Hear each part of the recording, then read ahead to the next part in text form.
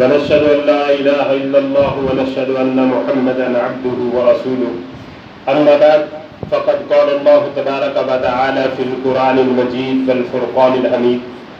أعوذ بالله السميع العليم من الشيطان الرجيم من همزه ونفخه ونفثه بسم الله الرحمن الرحيم ربنا إني أسكنت من ذريتي بواد غير ذي زرع عند بيتك المحرم ربنا ليقيموا الصلاة فاجعل أفئدة من الناس تهوي إليهم وارزقهم من الثمرات لعلهم يشكرون۔ تمام قسم کی تعریفات اللہ وحدہ لا شریک خالق کائنات مالک ارض و سما کے لیے، اور درود و سلام ہوں اس ہستی اقدس و مقدس پر جن کا نام نامی اسم گرامی محمد اکرم صلی اللہ علیہ وآلہ وسلم ہے، وہ ذات طیبہ طاہرہ مطہرہ کہ رب کائنات نے جنہیں رحمت کائنات بنا کر بھیجا اور جن کے ذریعے اہل کائنات کی ہدایت اور رہنمائی کا بندوبست فرمایا، محمد رسول اللہ صلی اللہ علیہ وآلہ وسلم نے اس دنیا میں تشریف لا کر جس دین کے ساتھ ہمیں روشناس کرایا وہ دین اسلام ہے، جسے اللہ کے قرآن اور محمد رسول اللہ صلی اللہ علیہ وآلہ وسلم کے فرمان کے اندر جمع کر دیا گیا ہے، اور یہی دعوت لے کر الحمدللہ اہل حدیث کریا کریا گاؤں گاؤں شہر شہر اس پیغام کو لوگوں کے سامنے عام کرنے کی کوشش کر رہے ہیں کہ لوگوں یہی وہ اصل میں پیغام تھا جس کی طرف آقا دو جہاں حضرت محمد رسول اللہ صلی اللہ علیہ وآلہ وسلم نے ہمیں بلایا۔ آج ہم ان چیزوں سے آہستہ آہستہ دور سے دور ہوتے جا رہے ہیں، اور گزشتہ اقوام کی بھی تباہی کا اگر کوئی سبب بنا تو وہ یہی کہ آسمانی تعلیمات کو چھوڑ کر انہوں نے زمینی تعلیمات کی طرف جب رغبت کی تو وہ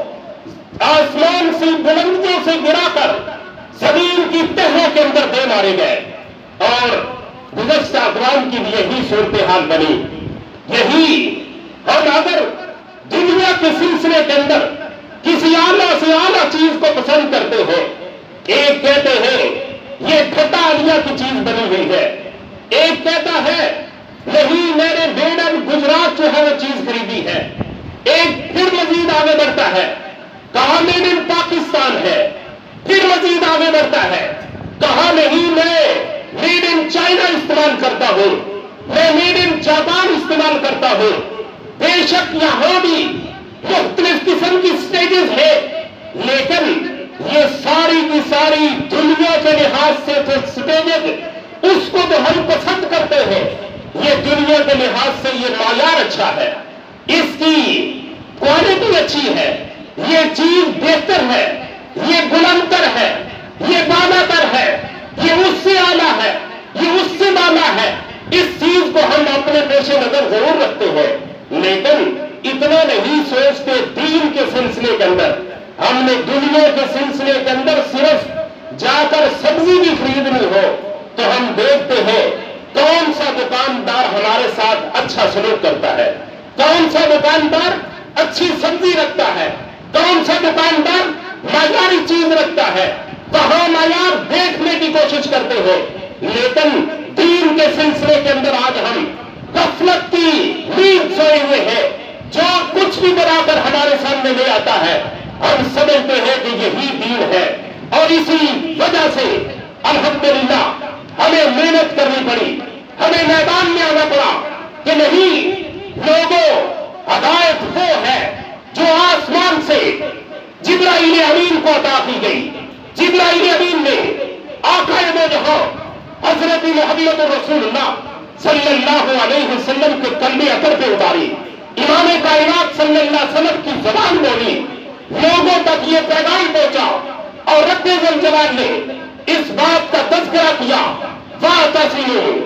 بِحَبْلِ اللَّهِ جَمِيعًا وَلَا تَفَرَّقُوا وَاذْكُرُوا نِعْمَةَ اللَّهِ عَلَيْكُمْ إِذْ كُنتُمْ أَعْدَاءً فَأَلَّفَ بَيْنَ قُلُوبِكُمْ فَأَصْبَحْتُمْ بِنِعْمَتِهِ إِخْوَانًا وَكُنتُمْ عَلَى شَفَا حُفْرَةٍ مِّنَ النَّارِ فَأَنقَذَكُم مِّنْهَا کذالک یبین اللہ لکم آیاتہ لعلکم تہتدون۔ رب الجلال کا پیغام چھوڑ کر دنیا کے پیغاموں کی طرف آج ہم متوجہ ہیں۔ یہ آیات کم از کم ذہن کے اندر رکھ لو کہ بے شک دنیا کی بہتر سے بہتر کتاب ہے، کسی عالم نے لکھی ہے۔ یہ امام ابو حنیفہ رحمۃ اللہ علیہ نے لکھی ہے، امام شافعی نے لکھی ہے، امام مالک نے لکھی ہے، امام احمد بن حنبل نے لکھی ہے، میرے کسی امام نے لکھی ہے، تیرے کسی امام نے لکھی ہے۔ وہ کتاب آسمانی کتاب کا مقابلہ کر سکتی نہیں ہے، اس لیے کہ یہ روح آسمان سے آئی، اس کی غذا بھی آسمان سے آئی، اور یہ جسم زمین سے نکلا، اس کی غذا بھی زمین سے نکلی۔ یہ غذا لے کر یہاں ہی بسم ہو کے رہ جائے گا۔ رب الجلال کے پاس روح جائے گی، اس کی غذا آسمانی غذا۔ جب تک ہم اس روح کو نہیں دیتے تب تک ہماری روح رب الجلال کے سامنے جا کے شکایت لگائے گی، اللہ ثم رددناہ اسفل سافلین، ہم نے اس کو اسفل سافلین بہترین انسان بنا کے بھیجا تھا، ہم نے گندگیوں کے اندر لٹتا ہوا ہم نے اس کو واپس لیا۔ یہ نہ ہو ہم گندگیوں کے اندر لٹتے ہوئے واپس جائے۔ اللہ تعالیٰ سے دعا ہے، حضرت صاحب تشریف فرما ہے، مجھے تو صرف آپ کے لیے، آپ کو کے سامنے ہم کلام ہونے کے لیے تھوڑا سا وقت دیا گیا کہ حضرت صاحب تشریف لے آئے۔ حضرت صاحب تشریف فرما ہے، آپ کے سامنے خطاب کے لیے تشریف لاتے ہیں۔ وآخر دعوانا الحمدللہ رب العالمین۔